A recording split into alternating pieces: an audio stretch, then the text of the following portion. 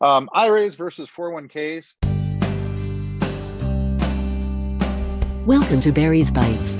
Please join our host, attorney and advisor Chris Barry.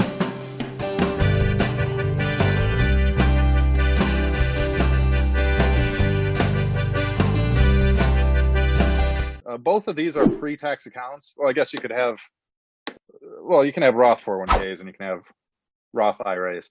But really the difference here is IRA is a individual retirement account. So you have full control of it.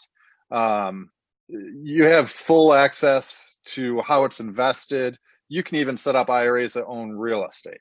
You can have annuities inside of your IRAs. You can have the money in the market. You can have checking savings. So you have a lot more freedom with the IRAs. The 401ks, you can only invest in what that plan sponsor allows you to invest in. And a lot of times companies will pay extra fees to make sure that just their mutual funds can be inside of that 401k. So I'm a big fan of almost always rolling money over to an IRA from a 401k or a 403b. There might be certain exceptions to the rule.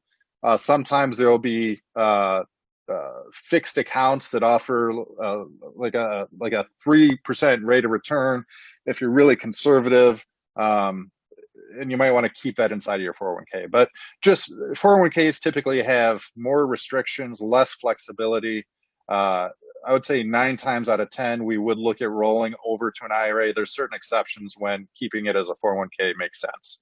For example, if you were to, let's say, leave a job prior to 59 and a half, if you leave it in a 401k, you can pull the money out if you're older than 55 without penalty, versus if it's in an IRA, you would face a 10% penalty. So I actually had a client who, that was the situation. They ended up changing employments. They wanted to pull some money out to put down a down payment on a house. They were younger than 59 and a half, but by us keeping the money at the 401k, they could pull the money out, pay the tax, and without having to worry about the penalty. So typically we're going to roll things over to an IRA. Sometimes I hear people say, well, there's less fees in a 401k versus an IRA.